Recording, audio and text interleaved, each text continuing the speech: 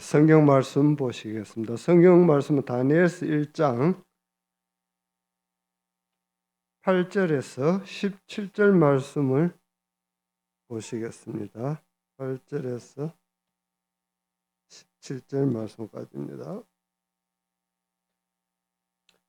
교독하도록 하겠습니다.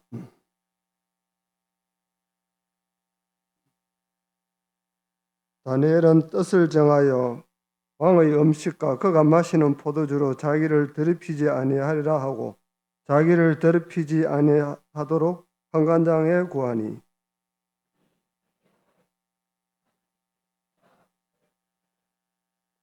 환관장이 다니엘에게 이르되 내가 내 주 왕을 두려워하노라. 그가 너희 먹을 것과 너희 마실 것을 지정하셨거늘 너의 얼굴이 초췌하여 같은 또래의 소년들보다 못한 것을 그가 보게 할 것이 무엇이냐. 그렇게 되면 너희 때문에 내 머리가 왕 앞에서 이렇게 되리라 하니라.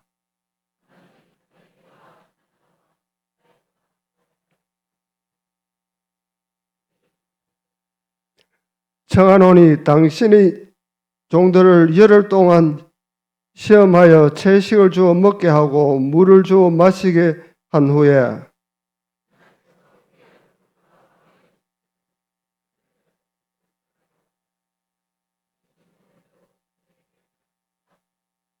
그가 그들의 말을 따라 열흘 동안 시험하더니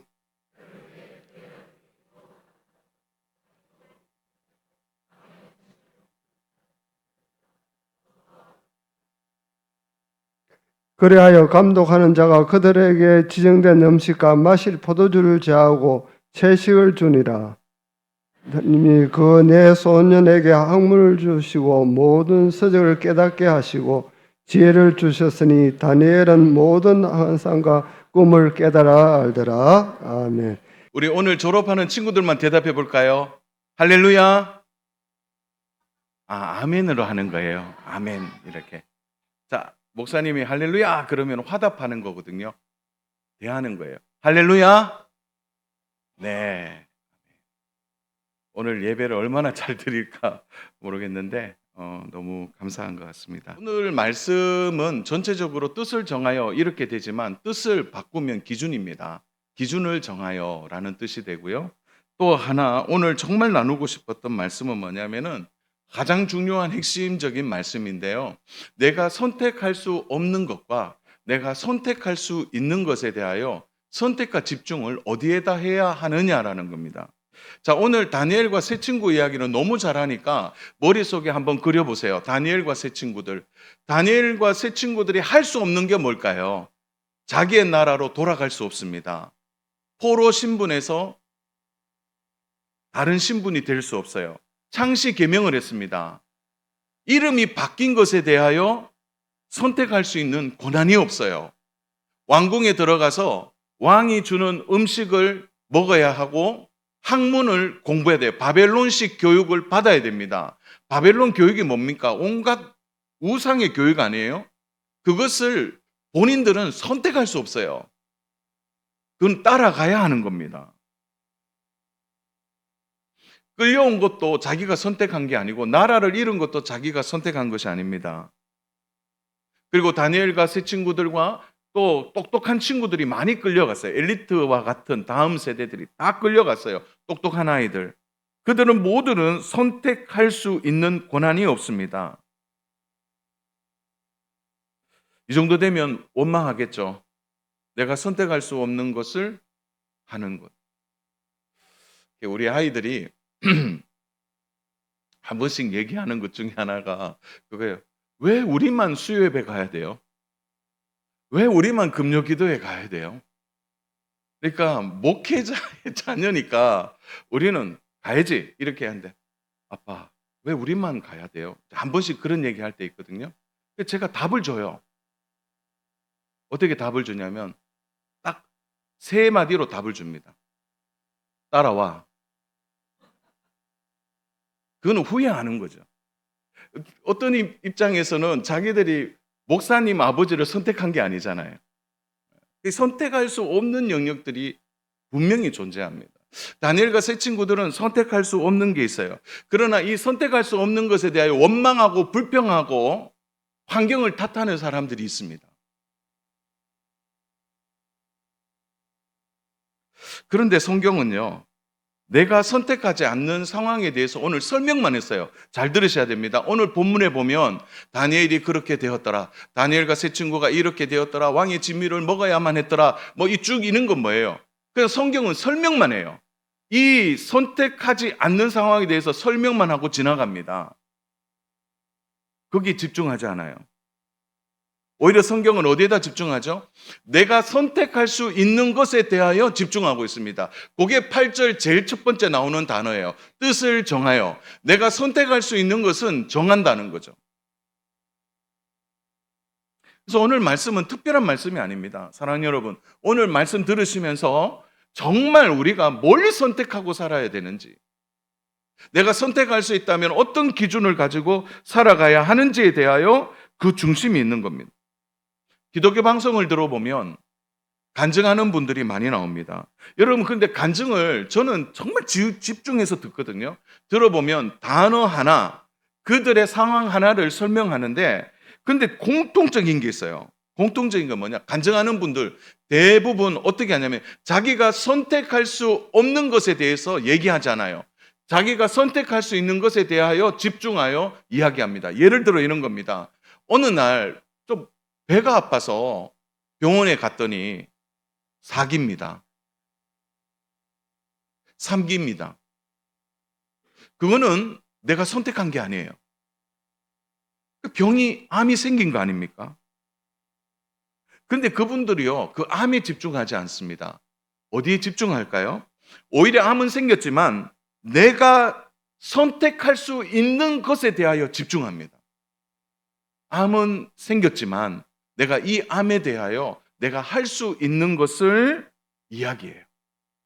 그게 간증이 되는 겁니다.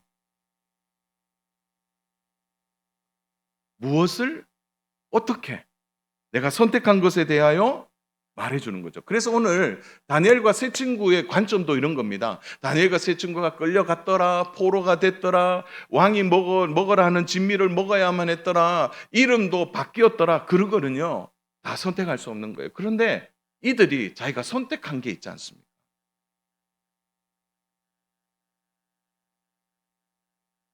뭘 선택한 걸까요? 나름의 기준을 갖고 있었다는 겁니다. 구약 성경에 자주 등장하는 나실인에 대한 이야기가 있는데요. 사사기 13장에 보면 나실인의 특징에 대해서 나오는데, 첫 번째가 포도주와 독주를 마시지 않는다는 거죠. 나실인이 되었다는 건 뭐죠? 기준을 갖고 태어났다는 겁니다. 나실인이 되었다는 것은 기준을 가지고 살아간다는 것을 의미하는 겁니다. 삼손에게는 한 가지가 더 주어지죠. 머리를 깎지 않는 겁니다.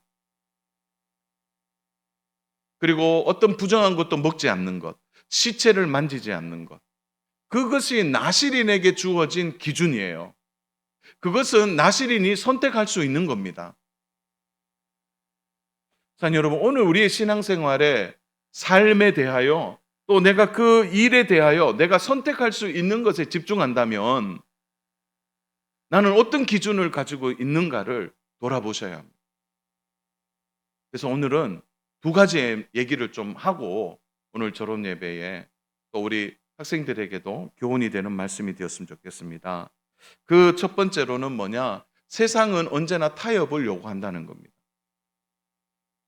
자, 오늘 다니엘과 세 친구들이 맞이하는 바벨론 왕궁은 세속적인 세계라고 볼 수 있죠. 여러분, 세속적이다, 이게 무조건 나쁘다, 이런 의미가 아니라 하나님과 거리가 있는 세상이라는 거예요.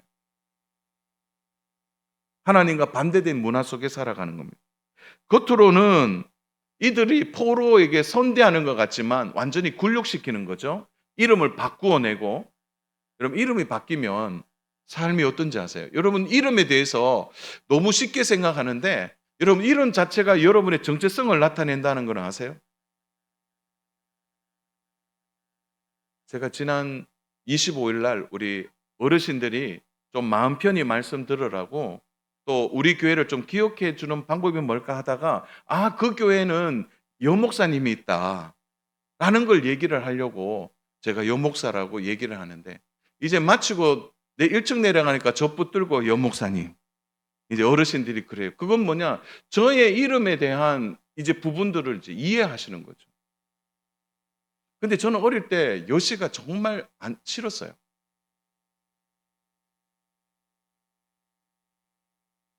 여러분 여씨송이 뭘 붙여도 여선생, 여목사. 실제로 제가 요 전전전 교회 같은 경우는 제가 부임해 가니까 어떤 교사가 그러더라고요. 진짜 여자 전사님 오는 줄 알았잖아요. 그러더라고요. 여전사님이 이렇게 부르니까. 그러니까 처음에 싫었어요.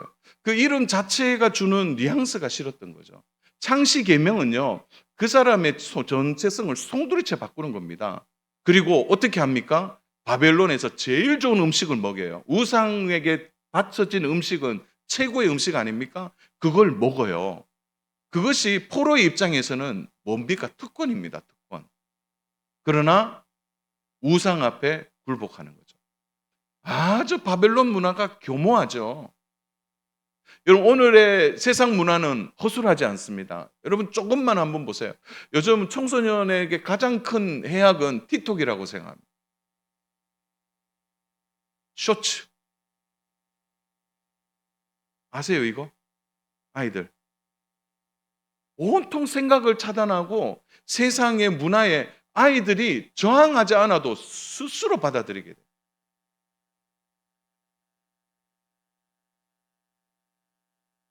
세상 문화에 대해서 정말 거부할 수 없는 시대를 아이들이 살아갑니다. 이 정도 되면요 순응하게 되어 있습니다. 아, 남들보다 우리가 낫잖아. 포로 생활하는 저들보다 우리가 훨씬 더 나아. 이렇게 잘해주는데 저항하면 무슨 소용이 있느냐. 그래서 타협하게 만드는 겁니다. 어느 영화의 대사처럼 왜 외정에부터 독립군을 고문하고 왜 죽이느냐, 왜 민족을 배반했느냐, 그렇게 독립군이 이야기하니까 그 사람이 뭐라고 얘기합니까? 독립될 줄 몰랐다는 자. 나라가 이렇게 독립될 줄 몰랐다라고 얘기하는 거죠. 그러니까 그 상황에 그냥 순응하고 타협하고 살아간다는 거죠. 바벨론에게 저항한들 이스라엘이 다시 회복될 수 있느냐? 마음으로 믿으면 되지. 굳이 그렇게 할 수 있겠느냐? 여러분 타협하면 한 고비는 넘어갈 수 있지만요. 타협의 대가는 더 끔찍하게 다가올 때가 있다는 거예요. 나라를 빼앗기고 미래가 보장되지 않는 치열한 바벨론 왕궁 안에서 누구나 가지는 안전에 대한 욕구가 있지 않겠어요? 내가 이 정도에서 안전을 좀 누려야 되겠다는 거예요. 오늘 세상을 향하여 그리스도인들이 가지는 공통된 유혹이 이겁니다. 안정되게 살고 싶다. 이 소년들에게도 똑같은 유혹이 왔을 겁니다. 그러나 세상의 타협은 결국 또 다른 타협을 만들어 낸다는 겁니다. 제가 오늘 드리고 싶은 이야기는 내가 선택할 수 없는 것이 아니라 내가 선택할 수 있는 것에 나는 지금 어떤 기준을 가지고 살아가느냐. 세상은 날마다 타협하라고 한다면 나는 하나님 앞에서 어떤 기준을 가지고 세상 속에서 타협하지 않고 살아갈 수 있겠느냐라는 거예요.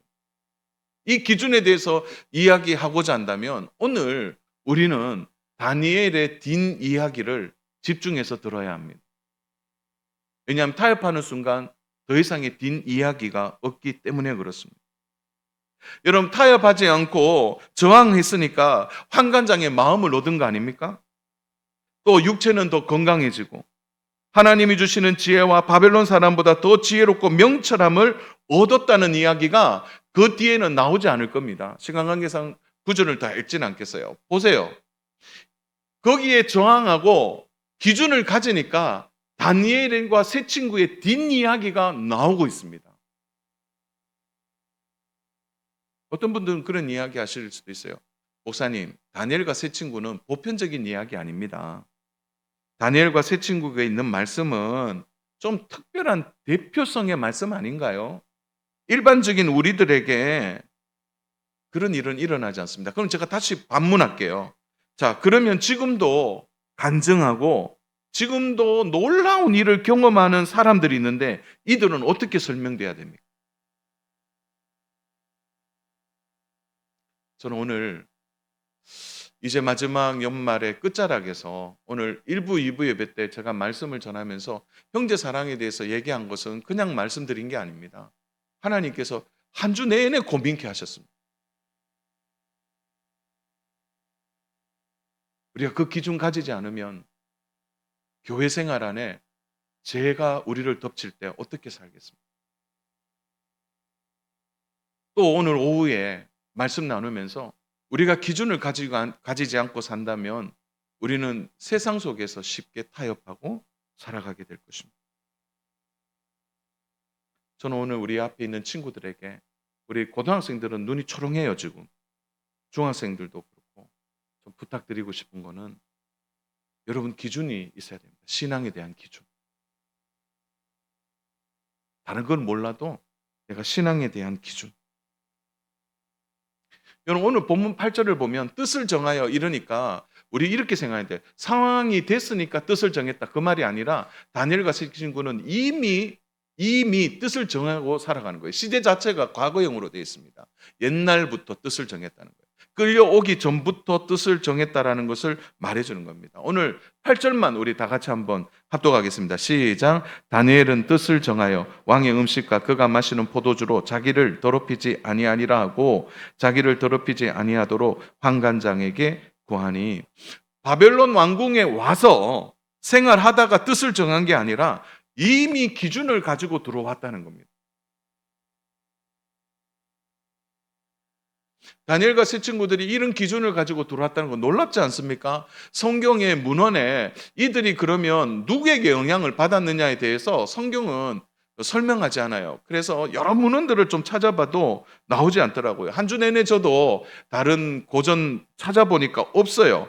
그러나 딱 하나, 문헌 하나가 나오는데 그 유대인들이 즐겨보는 탈무드 안에서 다니엘과 세 친구에 대한 이야기가 나오는데요. 거기에 다니엘과 세 친구의 부모님이 어떤 사람인가에 대한 짤막한 글이 있어요. 경건한 부모님이었다는 거예요. 어릴 때부터 말씀을 가르쳤던 부모님이라고 나오고 있습니다. 그것도 정확한 문헌이 아니기 때문에 오늘 제가 더 얘기는 하지 않겠습니다. 확실한 것은 이들이 이미 뜻을 정하고 기준을 가지고 있었던 거기에 대한 영향을 부모님이 주었을 것이라는 전언만 생각할 수 있는 거죠. 중요한 것은 이들이 기준을 가지고 있다는 겁니다. 어떤 기준인가요? 바로 우상 앞에 드려진 음식은 먹지 않겠다. 그 기준이.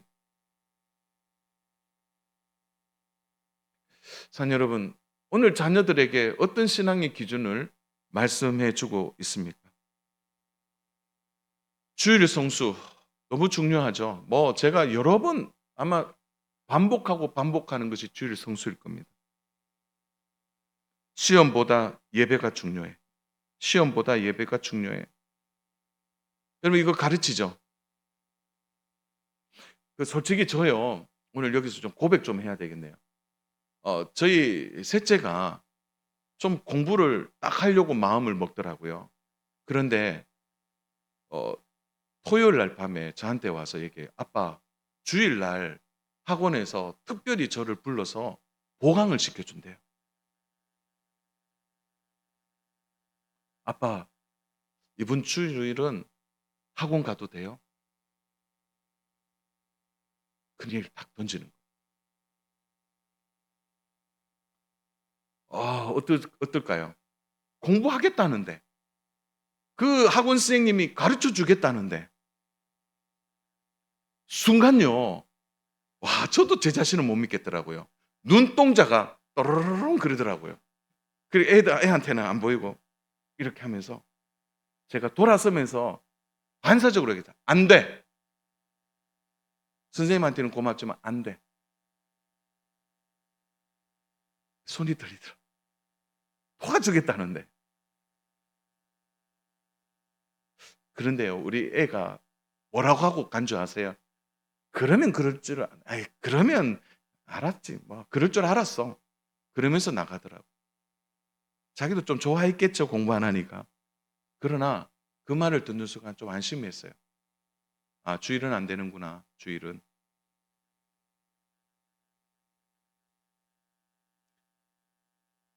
예배보다 더 중요한 게 있을까요? 주일보다? 주일 예배보다? 그럼 아이들은요, 부모님의 기준을 보고 자랍니다. 우리 부모님이 뭘 좋아하는지 알아요. 예배를 좋아하는지, 돈을 좋아하는지, 예배를 좋아하는지, 운동을 좋아하는지, 예배를 좋아하는지, 여행을 좋아하는지. 애들은 더 잘합니다. 오늘 여기에 대한 기준이 뜻을 정하지 않으면 아이들에게도 그런 선택의 상황이 올 때 이렇게 될 수 있다는 거 생각하셔야 합니다. 어려울 때 우리 부모님은 기도하더라. 이걸 배운 아이들은 기도하겠죠. 엄마 아빠는 하나님의 말씀을 의지하며 사는 것 같아. 이 얘기보다 더 중요한 얘기가 어디 있을까요? 자녀들은 이미 부모님이 무엇을 가장 중요하게 여기는지 너무나 세세히 곳곳에 다 알고 수족이 어디에 움직이는지까지 아이들은 알고 있습니다.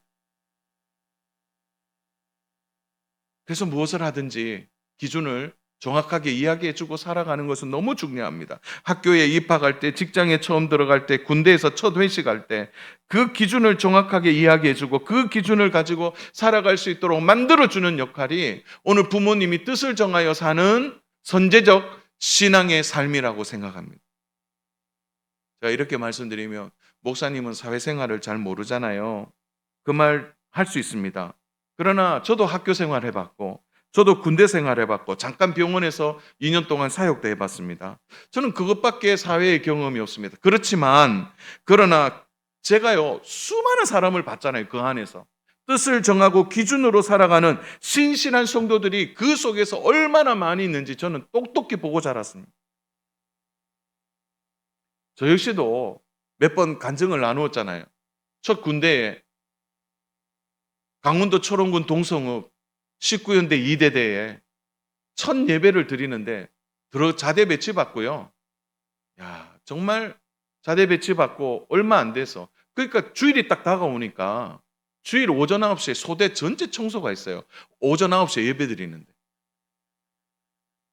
짝대기 하나가 열심히 나가서 제일 고참한테 예배 드리러 가야 되겠다.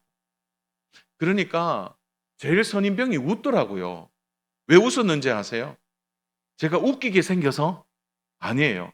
기가 막힌 거예요. 청소하는데 짝대기 한 개가 신병이 예배 드리러 가겠다는 거예요.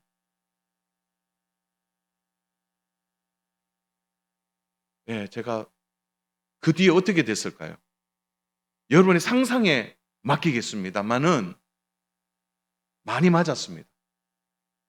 한 주 내내 새벽마다 불려가서 맞고 고참들한테 혼났어요. 지금은 지금은 구타가 없어졌잖아요. 지금은 하여튼 그때는 그랬어요. 아유, 그런데요. 그 다음 주 되니까 제 별명이 생겼더라고요. 기독교 환자. 기독교 환자라 그러더라고요. 환자. 제 환장했으니까 보내주라는 거예요. 제가 그 첫 기준을 가지고요. 그렇게 맞았고 한 주 딱 지나니까 9시 딱 되니까 제일 고참이 쟤 보내라 쟤 환자다 보내라. 그때부터요 제 군생활이 어떻게 됐을까요? 오전 9시 예배 때마다 기뻤어요. 그러니까 나중 되니까 제 위에 선임병이 같이 가자는 거예요. 자기도 기독교인인데 말을 못 꺼냈다가 제가 가니까 그러면서 한 명씩 가다가 놀라지 마세요. 제가 제일 고참일 때 저희 소대원 거의 대부분이 교회 나갔습니다. 교회. 기준을 가지고 살았죠. 기준을. 오늘 우리 사회를 보면 거부하면 매장되는 사회라고 말합니다. 그래서 회사에서나 일터에서나 학교에서 예수 믿습니다. 교회 다닙니다. 이러면 이상한 눈으로 보고 꼭 그렇게 해야 되느냐 그런 시대 속에 살아가지만 사랑하는 여러분 기억하십시오. 하나님 말씀대로 살아가는 믿음의 사람을 하나님은 지금도 찾으십니다. 지금도 뜻을 정하여 기준을 가지고 살아갈 때 다니엘의 뒷이야기가 있었던 것처럼 그렇게 살아가는 성도들에게도 뒷이야기가 있을 줄로 믿습니다.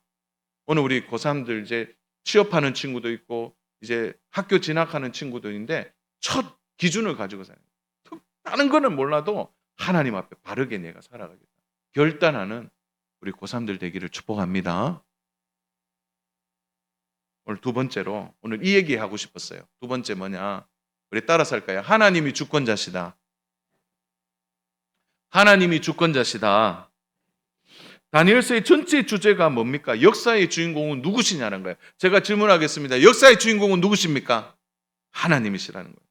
겉으로 볼 때는 바벨론 왕이 왕자의 자리에 앉아서 모든 걸 다스린 것처럼 보여요. 그러나 성경은 그렇게 말하고 있잖아요. 1절, 2절. 1절, 2절 같이 한번 읽겠습니다. 1절 시작. 유다 왕 여호야김이 다스린 지 3년이 되던 해에 바벨론 왕 느부갓네살이 예루살렘에 이르러 성을 에워쌌더니 주께서 유다 왕 여호야김과 하나님의 전그릇 얼마를 그의 손에 넘기심에 그가 그것을 가지고 신할 땅 자기 신들의 신전에 가져다가 그 신들의 보물창고에 두었더라. 나라가 그냥 뒤집혔어요.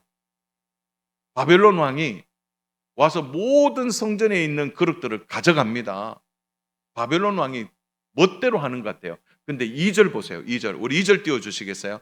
2절의 주어가 기가 막힙니다. 주어가 뭘까요? 주께서. 바벨론 왕도 주께서 허락하셨기 때문에 그렇게 된 거예요. 이게 전체적인 주제입니다.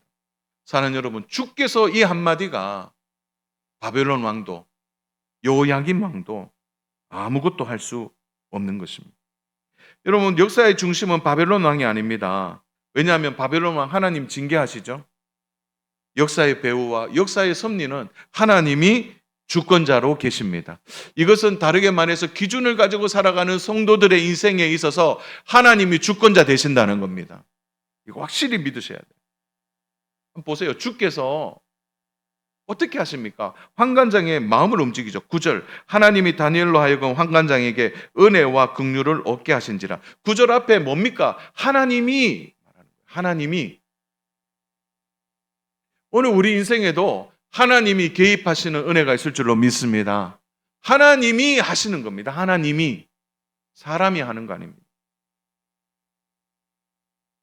여러분, 바벨론 왕궁의 환관장의 권한은 대단합니다. 왕 다음으로요. 물론 그 군대 장관이 있긴 하지만 여러분 보세요. 우리나라의 역사도 보면 왕의 내시들이 어떻게 합니까? 깊숙이 들어와서 모든 걸 주관하잖아요. 환관장 정도 되면 권한이 대단한 거죠. 자기의 권한을 지키기 위해서 어떻게 합니까? 모든 것을 할 수 있는 것이 환관장입니다. 그런데 환관장 입장에서 말이 됩니까? 자기의 목이 왔다 갔다 하는데. 그런데 듣잖아요. 왜 그럴까요? 하나님이 하셨기 때문에.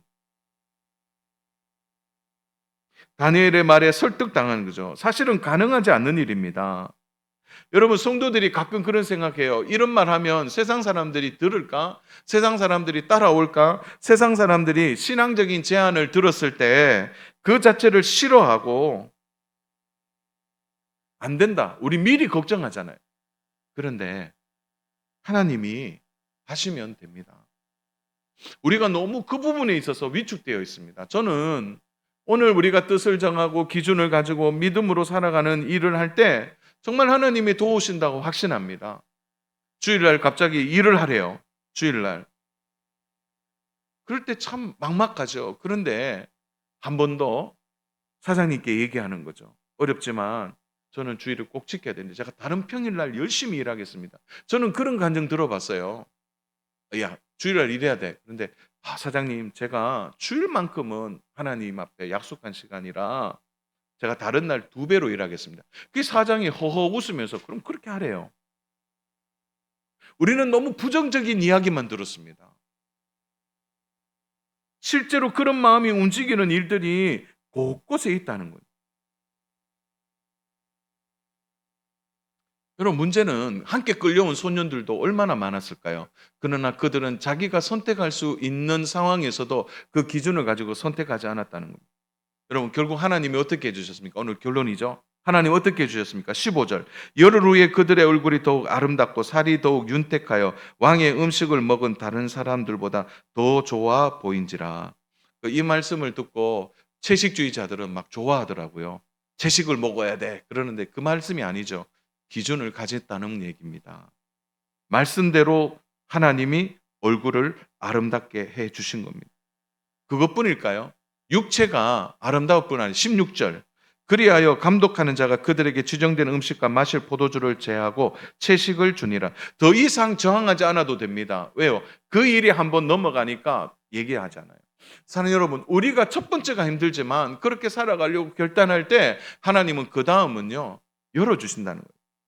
마지막 17절 하나님이 이 네 소년에게 학문을 주시고 모든 서적을 깨닫게 하시고 지혜를 주셨으니 다니엘은 또 모든 환상과 꿈을 깨달아 알더라. 하나님이 주신 은혜가 뭐냐면 모든 서적을 깨달아 알게 됐대요.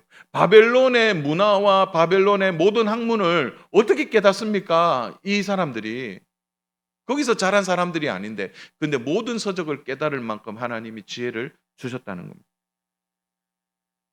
저는 오늘 졸업하는 우리 친구들에게 이 지혜와 학문이 여러분에도 임할 줄로 믿습니다.